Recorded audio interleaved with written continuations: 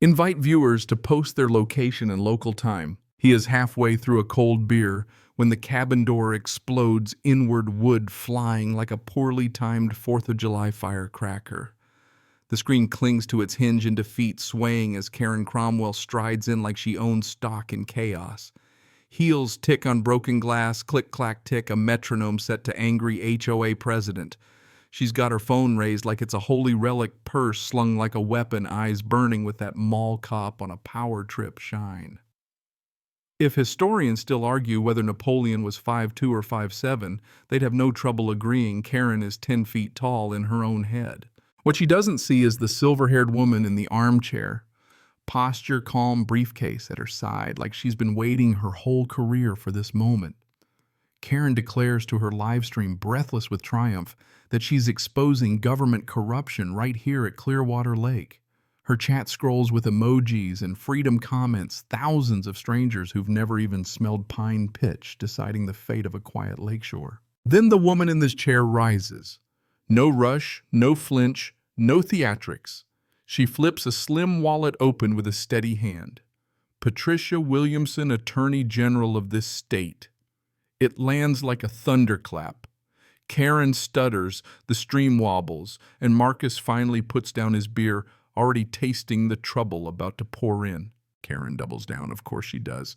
She huffs that she's within her jurisdiction, that she's protecting the community. Patricia's voice is calm steel jurisdiction. You've just committed trespass, burglary, obstruction. Outside loons call across the lake, their eerie notes underscoring the absurdity. Marcus thinks of his grandfather saying, "Let the fish tire itself out. Only this fish wears Chanel perfume and has Wi-Fi." Then the footsteps come, measured, heavy, practiced. Federal agents appear at the doorway like stagehands in a grim play. The chat scroll goes berserk. Karen, shaking but loud, claims she's a hero against tyranny. But her phone slips, clatters sideways, catching nothing but boots and shadows. Agent Cole picks it up, looks straight into the lens, and announces the broadcast is now federal evidence. With one tap, silence falls. But it doesn't last. Tires crunch outside, neighbors arrive. Voices clash, some backing Karen, some warning she's gone too far. The crowd swells, a mob in the making, and the walls of Marcus's cabin tremble, not from wind, but from division. Patricia steps forward, her tone cutting through. This is not a rally. This is a crime. Karen's face twists, half fury, half disbelief, and when cuffs click, it's like the whole lake holds its breath. The crowd roars shouts of government overreach, mixing with sighs of relief.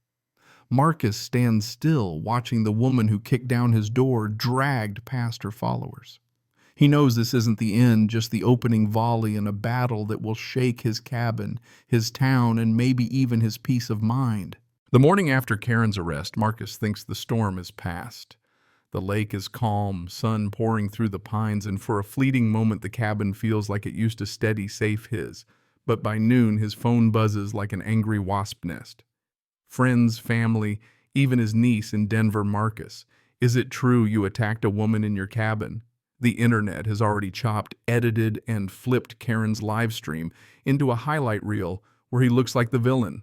No footage of the splintered door, no shot of agents announcing themselves, just him, jaw set as if he's lunging. The caption reads, "Elderly veteran assaults HOA president, protecting her community." He mutters to himself that historians still argue whether the Trojan horse was myth or fact, but at least those soldiers didn't have to deal with TikTok edits. Lies spread faster than loons across water, and by dusk, his name is Cinder. Threats follow. A beer can hurled from a truck window, notes shoved under his door, late-night calls, breathing heavy until they hang up. One morning he finds a dead fish nailed to his shed, a mafia move if ever there was one. Patricia, furious, paces the porch when he shows her. "Classic intimidation," she says. "Means we're hitting a nerve." He wants to laugh, but it comes out bitter. If nerves were strings, the whole town is a banjo twanging off key. At the diner, stools that once welcomed him sit empty. Old friends glance away. A boy even hurls a rock at his truck. His mother watching with folded arms. Community feels less like neighbors and more like an arena, every face a potential heckler. Patricia warns him, silence is surrender, but silence is tempting. He'd faced rifles overseas, but facing side eyes at the general store cuts deeper. Karen, of course, thrives in the chaos. She hosts live streams from her living room potted plants, framing her like props, pearls glinting as she calls Marcus an outsider bent on destroying families. She points at a photo of him in uniform, spins the tale, until neighbors whisper his name like it's poison. Flyers pop up plastered to lampposts. Protect our homes. Stop the witch hunt. Then comes the mob. Trucks pulling into his drive one evening, voices shouting for him to leave, beer bottles smashing against trees. Marcus stands on his porch trying to reason, but the crowd doesn't want reason, they want blood. Patricia's voice slices through. Throw one more thing, and you'll answer to me. Engines roar, the trucks scatter, but the message is clear. Next time they won't drive away so easy. That night, gunshots crack across the lake. Bullets punch holes in his shed siding. Fear curls into rage. He realizes this isn't just a smear campaign, it's a war one where the battlefield is his own cabin. And the scarier part, Karen isn't just fighting to save herself, she's turning the whole town into her army. The tide begins to turn. The night Patricia drops a folder of financial records on Marcus's kitchen table. At first it looks like routine HOA invoices. Then the numbers glare back thousands for landscaping that never happened, repairs for docks untouched in years, payments funneled into Cromwell Consulting. Marcus laughs without humor. She's stealing from them and they worship her for it. Patricia's eyes are sharp, not for long. When the Attorney General himself visits the cabin, his presence is like a stone tossed into still water, ripples spreading through the whole county. He flips through the documents, steeples his fingers, and says, "This isn't just fraud, it's racketeering." Marcus answers steady, because that's exactly what it is. The AG nods, and the formal investigation begins. Karen strikes back with more flyers, more live streams, even a restraining order request. In court, she plays the victim, crocodile tears flowing as she paints Marcus a violent recluse. But Patricia lays out ballistics reports, sworn deputy statements, and the lies collapse. The judge scolds Karen for wasting the court's time. Small victory, but in war, small victories matter. The real showdown comes at the community hall. Packed tighter than church on Easter, the place hums with suspicion. The Attorney General presides calm as granite. Karen seizes the podium, painting herself as a martyr, accusing Marcus of tearing the town apart. Some cheer, some jeer, but then testimony shifts. An elderly couple speaks of double fees.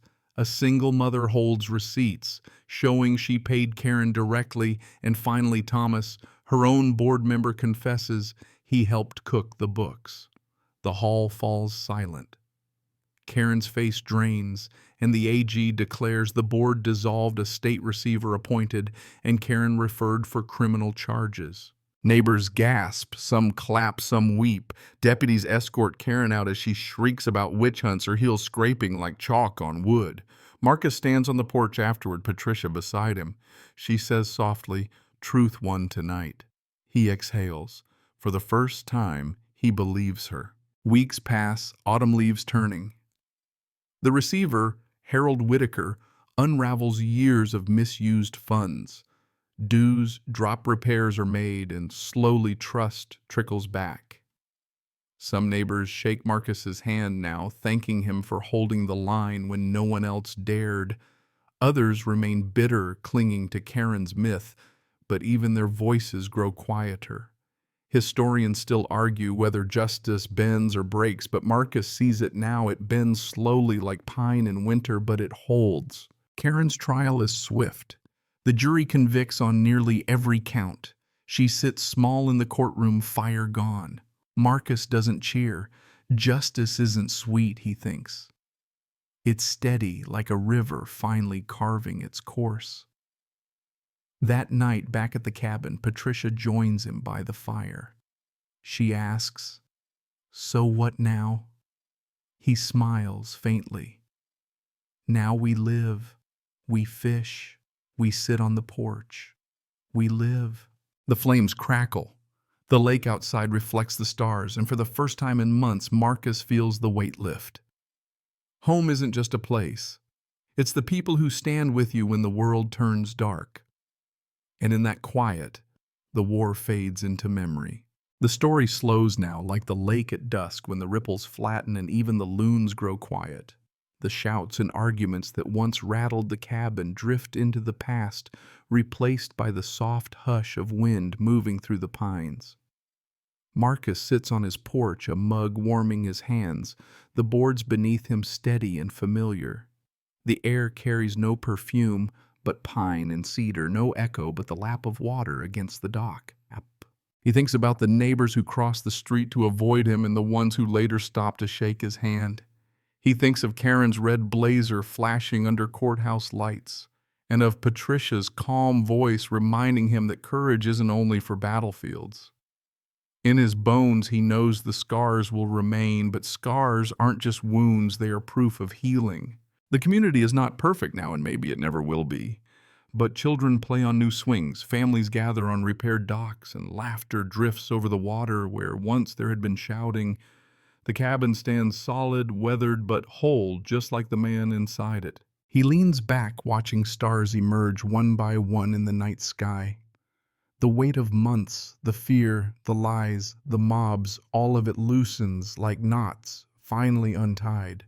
His chest rises steady and free as he whispers to no one but himself, home is worth fighting for. And if you are listening in your own home tonight, may you feel the same truth. That even when storms rage, even when neighbors clash, there is still calm waiting on the other side. Let the quiet settle. Let the breath slow. Let the world soften. The story rests now. Sweet dreams.